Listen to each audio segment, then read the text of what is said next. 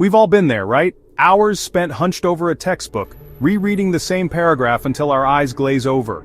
We highlight, we underline, we repeat words like a mantra, convinced that the sheer force of will must be forging knowledge into our brains. But what if I told you that much of what we call studying is just an illusion, a performance of learning without the actual substance? Not all study methods are created equal. Some are like trying to build a skyscraper with sand, while others lay a foundation of solid steel, capable of supporting immense intellectual structures. How we learn is just as important, if not more so, than what we learn. Today, we're going on a journey, a deep dive into the architecture of our own minds. We're going to dissect the most common ways we try to learn, from the ancient art of repetition to the modern techniques of digital note-taking. But this isn't based on simple opinion or anecdotal evidence. Our guide will be the rigorous research laid out in foundational texts like Dale H. Shunk's learning theories. We're going to put these methods under the microscope of cognitive science to see what truly holds up. We'll explore the good, the bad, and the surprisingly ineffective. And this journey has a destination, a final stop that represents something more than just passing a test. It's a method that promises not just retention but true understanding. A way of thinking that allows you to connect disparate ideas, build novel insights, and achieve a level of mastery that transcends the classroom. It's called syntopic structuring. But to understand its power, we first need to understand everything it's built upon, and everything it leaves behind. So where do we begin? Well, where most of us started, with simple brute force. Rote memorization. It's the bedrock of elementary school education. Flashcards, multiplication tables, reciting state capitals until the words lose all meaning and become pure sound. The underlying principle is simple, almost primal. Repetition strengthens memory. This is rooted in behaviorism, the idea that learning is a change in behavior due to reinforcement.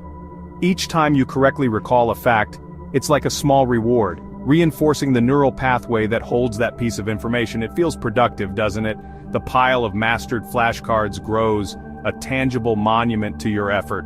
But what are we actually building? Imagine you're trying to learn about a car engine by memorizing the names of every single part. Spark plug, piston, crankshaft, camshaft. You can recite them all flawlessly. You can even point to each one on a diagram. You have, by all measures of rote learning, mastered the material. You've created a strong, isolated memory for each term. The echo of the word piston is loud and clear in your mind. But does this mean you understand how the engine works? This is the great failing of rote memorization. It builds walls, not bridges. The information is stored in isolated silos. You know what a piston is, and you know what a crankshaft is, but you have no concept of how the piston's movement drives the crankshaft. The knowledge is brittle, inflexible. It's like having a dictionary full of words but no grammar to assemble them into a meaningful sentence. The information is there, but it's inert, locked away without context or connection. This leads to a critical problem known as poor transferability. Learning transfer is the ability to apply knowledge from one context to another. It's the entire point of education. But knowledge learned by rote is stubbornly stuck in its original context. You might be able to label a diagram of an engine, but if you're faced with a slightly different engine, or asked to diagnose a problem, you're lost. The memorized facts offer no tools for problem solving or critical thinking because they were never integrated into a larger conceptual framework. So why do we do it? Because it's easy to measure. Did you get the answer right? Yes or no? It provides a simple, satisfying feedback loop. It's the cognitive equivalent of eating junk food. It's easy, it feels good in the moment, but it provides very little real nourishment for the mind. The brain isn't just a hard drive for storing discrete files. It's a dynamic network that thrives on connection and meaning. Rote memorization treats it like a filing cabinet, stuffing it with facts that will likely be forgotten the moment the external pressure to recall them, the test, is gone. Think about the limits of this method. You could memorize every single line of a Shakespearean play, every to be or not to be. But would you understand the themes of existential dread, grief, and revenge? Would you be able to discuss the play's influence on literature? No. You would simply be a playback device. You've created a perfect, high-fidelity recording of the information, but you've completely missed the message. The information is present, but understanding is absent. The process itself creates what psychologists call a familiarity trap. We mistake our ability to recognize information for an ability to truly understand and use it.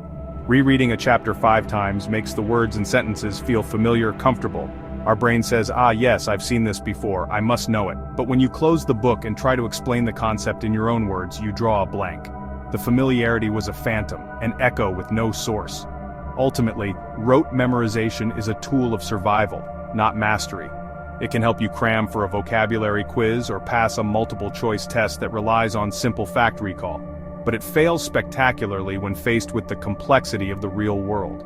It gives you a collection of bricks but no mortar, no architectural plan. To build something that lasts, we need to move beyond simple repetition and start thinking about time itself. Our brains are designed to forget. This isn't a flaw, it's a feature. Imagine if you remembered every single thing you saw, heard, and felt every day. The overwhelming flood of useless information. The color of the car that passed you at 8:17 a.m., the exact phrasing of a junk mail subject line, would make it impossible to think. Forgetting is the brain's filtering system, clearing out the clutter to make room for what matters. But this system can be a bit overzealous. It's governed by something called the Ebbinghaus forgetting curve. In the late 19th century, Hermann Ebbinghaus conducted a series of experiments on himself, memorizing lists of nonsense syllables. He discovered that our memory of new information decays at an exponential rate. We lose a huge chunk of what we've learned within hours, and more within days, until only a fraction remains. When you cram for an exam, you are fighting a losing battle against this curve. You might keep the information in your head for 24 hours, but a week later it's almost entirely gone. So how do we tell our brain what's important enough to keep? This is where spaced repetition comes in. It's not about mindlessly repeating information, it's about strategically timing when you review it. The core idea is to interrupt the forgetting curve at the perfect moment. You review information just as you are about to forget it. That act of effortful retrieval sends a powerful signal to your brain.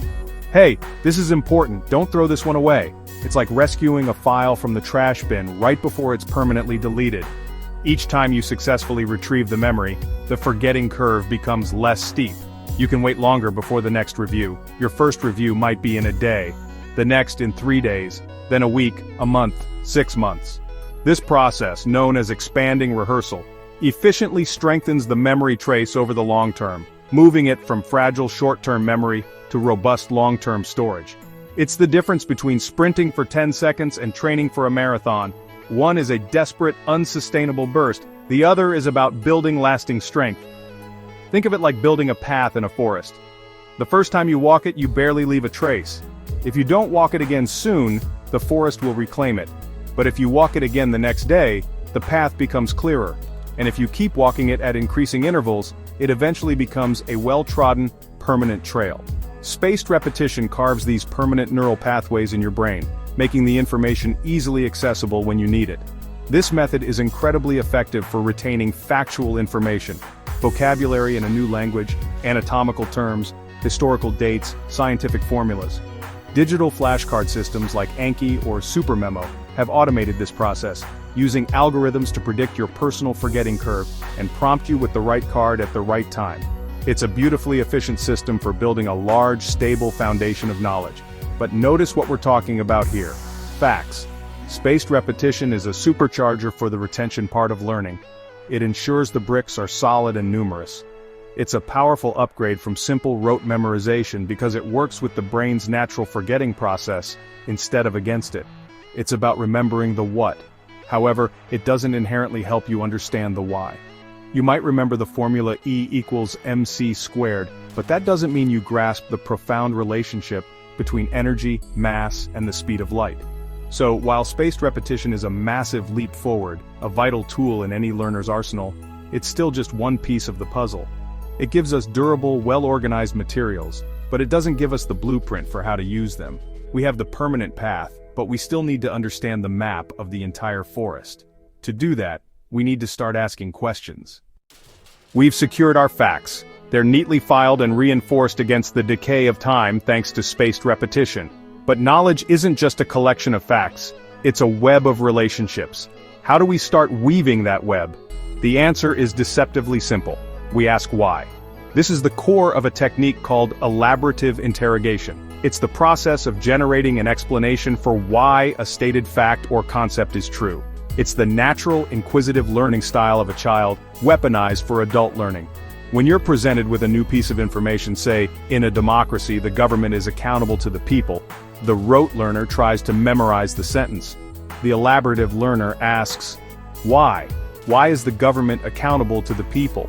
This simple question forces your brain to go on a search mission. It has to scan your existing knowledge for relevant information. You might think, well, the people vote for the leaders, so if the leaders do a bad job they can be voted out. That's a mechanism for accountability. What just happened there was magic. You didn't just passively receive a fact, you actively integrated it into your pre-existing mental model of how voting and government work. You connected the new information, accountability, to old information, elections. This process of elaboration creates a richer, more complex memory trace. Instead of one isolated node of information, you now have a new node that is tethered by strong connections to other, well-established nodes in your brain. This is fundamentally about creating meaning. A fact in isolation has no meaning. The mitochondria is the powerhouse of the cell. Why? Why is it called that? Asking this prompts you to recall or discover that mitochondria perform cellular respiration, converting nutrients into ATP, the energy currency of the cell. Now the phrase isn't just a slogan, it's a conclusion. It's the headline for a story you now understand. The more connections you build, the more retrieval cues you have. If you forget the fact itself, you can often reconstruct it by following the path of your why questions. This technique is particularly powerful because it leverages a principle called schema theory. A schema is like a mental blueprint or framework for a concept.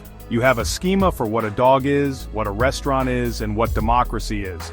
When you use elaborative interrogation, you are actively modifying and enriching these schemas. You're not just adding a new piece of furniture to a room, you're remodeling the room to accommodate it, strengthening the entire structure in the process. Let's contrast this with a less effective method. Often, students are just given the explanation. The textbook says, the government is accountable to the people because of elections. This is better than nothing, but it's not as powerful as generating the explanation yourself. The cognitive effort involved in the search and retrieval process is what makes the memory stick. It's the difference between being given a fish and learning how to fish. The struggle is the source of the strength. The beauty of elaborative interrogation is its simplicity. It doesn't require special software or complex systems, it just requires a shift in mindset, from passive reception to active inquiry. As you read a chapter, you can pause after a key point and ask yourself, why is this true? Or how does this relate to what I learned in the last chapter? You are forcing yourself to make connections that the text might not have explicitly stated. But why isn't the only powerful question? You can also ask how. How does this process work? What is the difference between this concept and another similar concept? This constant questioning transforms learning from a monologue delivered by the textbook into a dialogue between you and the material. You are no longer a spectator, you are an active participant in the construction of your own knowledge. We've started weaving the web, but now, let's talk about how to articulate it. So, we're asking why and building connections, but these connections can still be a bit fuzzy, a bit abstract in our minds. How do we solidify them? How do we test if we really understand something or if we just think we do? One of the most powerful and honestly surprisingly simple ways is to explain it to yourself. This is the technique of self-explanation. It sounds almost too simple to be a formal learning strategy, but its effects on comprehension and knowledge transfer are profound. The act of self-explanation forces you to move beyond passive recognition and into active generation. It's one thing to read a sentence like, the process of photosynthesis uses sunlight, water, and carbon dioxide to create glucose and oxygen. It's another thing entirely to close the book and say, okay, so, the plant pulls in water through its roots and absorbs carbon dioxide from the air through its leaves. Then, the chlorophyll in the leaves captures energy from sunlight. It uses this energy to break apart the water and CO2 molecules and then rearranges them to build a new sugar molecule which is its food, and as a byproduct, it releases oxygen.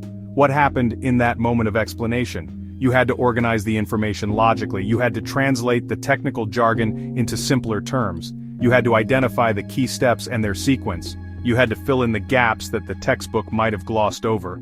This process of verbalization or subvocalization, even just thinking the explanation through in coherent sentences, shines a bright light on the dark corners of your understanding. It immediately reveals what you don't know. This is a form of metacognition or thinking about your thinking. Self-explanation is a powerful metacognitive check. As you try to explain a concept, you might